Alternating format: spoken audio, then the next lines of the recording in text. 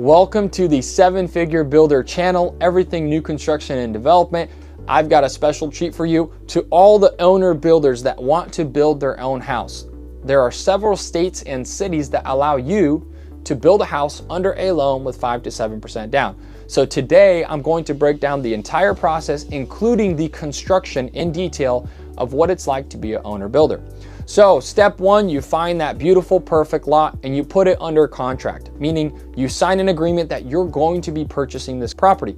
The big key here is you want to have a little bit longer terms to make sure you can go through and get your plans approved. Depending on your city and state, once you have the plans done, you could get permits over the counter, or it might take you 2-3 months, or if you're in San Diego, you're a year and a half out. So good luck there, but it's still possible. So now you got your lot under contract. You want to get in front of your architect and give them the vision. Hey architect, I want to build a 3-bedroom, 2-bath, 2,000 square foot home. They're going to give you a couple of options. You can get some Pinterest, some online, look at some plans, work together, put together that dream plan that you like.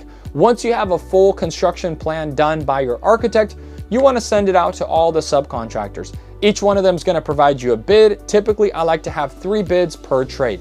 That's going to allow you to compile and build your budget. The budget is the actual detailed breakdown of what you are going to build. Now that you have your budget and your plans, you can send it off to the loan officer and the bank.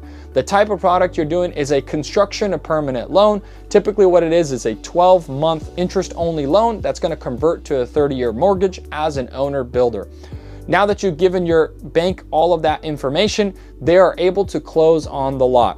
Once you've closed on the lot and you have your permits in hand, you can start the construction process.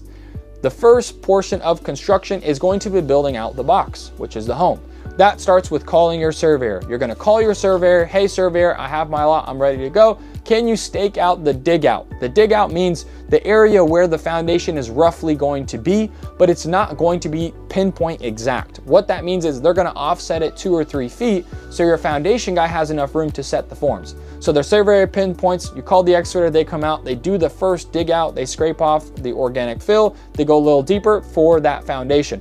Once they finish that, no, it's not the foundation guy yet. You call the surveyor back, say, hey, the dig out's done. Can you do the hub and tack? What does that mean? The surveyor is going to pinpoint exactly every corner of the foundation, whether it's a box or it's L-shaped, doesn't matter. They're going to pinpoint everywhere that there's a corner on that foundation, and the subcontractor or the foundation subcontractor is going to come out, and now they're going to set the forms for the foundation, or they're going to set the block depending on your area. Once the forms are set, you're going to pour the concrete. Once the concrete's done and cured, they're going to take off the walls. The excavator is going to come back out and they're going to install all of the rain drains. The rain drains are what the gutters collect, the water that they collect from the gutters. They go down underground into your storm system, whatever that looks like. It could be a storm basin, it could be a public storm system, but there's going to be a storm system to collect all that rain. Once you install all of the rain drains and they connect sewer and water to the foundation, to the building, then you can backfill. And so now you're going to backfill all of the dirt. Now your whole entire lot is backfilled and you have the foundation poured. The next step, depending on if you're a slab on grade concrete pad or if you're post and beam, which is wood. If you're slab on grade, you're going to do the plumbing first, then pour the concrete. If you're post and beam, your framer's going to come out and put the post and beam, then the plumber's going to do the underground plumbing or post and beam plumbing, which goes right underneath that the post and beam or the floor. Now that you've completed that, you call the lumber company, hey, can you bring out all of the lumber? Typically they do the first floor lumber pack and then they'll bring the second floor and then they're gonna bring the trusses, which is gonna be for the roof. What's up guys? Everybody keeps asking my comments, my DMs. I need help, I wanna get in the game. Our team and I will help you out. Just shoot us a text message, 360-216-0323. We're gonna answer every question you have, development, construction, wholesale, anything that you need. 360-216-0323. Let's get back to the video. Now that the lumber pack is on site, your framer is going to come out, typically a couple-man crew, and they're going to start hammering away and they're going to get your first floor done, your second floor done, and then they're going to get your roof up. Once you've got the box installed, you want to get your windows installed. At the same time, you want to start with plumbing. Well, actually, you want to start big to small. So HVAC is the biggest. So you want to start with HVAC because they're going to take most of the space up inside the walls. Then you want to go down to plumbing. Once you finish the plumbing, you got electrical, which is the smallest one. They can squeeze through everything and get all their stuff done. The big key here is before you do electrical, the windows have to be installed. So you get those windows installed, you can actually start on the siding at the same time. So my sider installs my windows.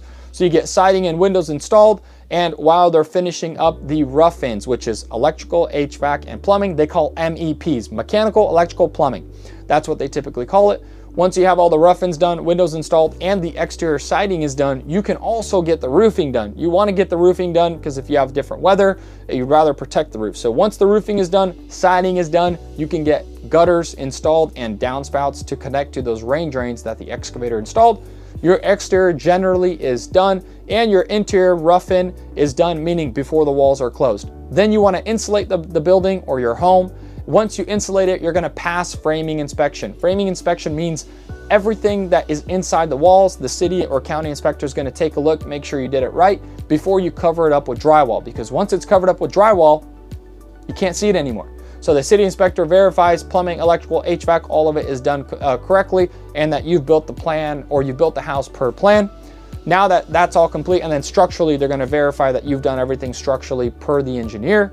Once that's approved, you can now hang up the drywall, tape, mud, and texture it.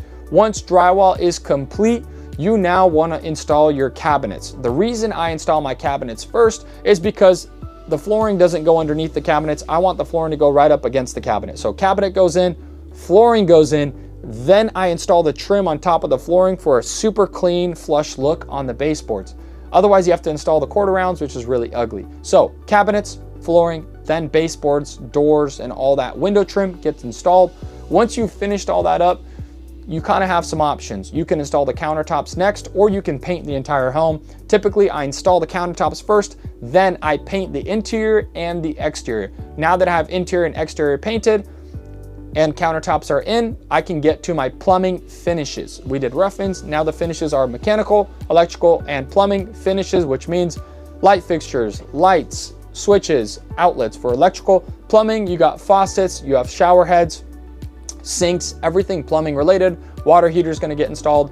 So all of your plumbing is going to be complete, your HVAC and your electrical. Now that all of that is done, you're off to the races for just these simple finishes. All the little things like cabinet handles, etc. From the exterior, what you want to do now that you've painted the home, you want to pour all of the flat work, which is the concrete. You can pour the driveway, you can pour the patio, the front, the back, and then you can start landscaping. Typically, we do the fencing posts first. We landscape, and then we put the fence panels on, and now you have yourself a beautiful new construction home. Once you're all wrapped up, you're gonna let the bank know, hey, I have my certificate of occupancy, which means I have finished the home and legally I'm allowed to live in it. They're gonna reappraise the home, verify that you've built what you said you were gonna build, and you move in and you convert to a 30-year mortgage. If you're interested in doing something like this and learning from us, we have built over 200 homes. Our students across the nation are building these owner builder homes for themselves with over 1 to 200 grand of equity, again, across the nation. If you're interested in that, send us a message at 360-216-0323. We'd love to help you out. We'd love to mentor you and provide you all the tools and resources for you to get started.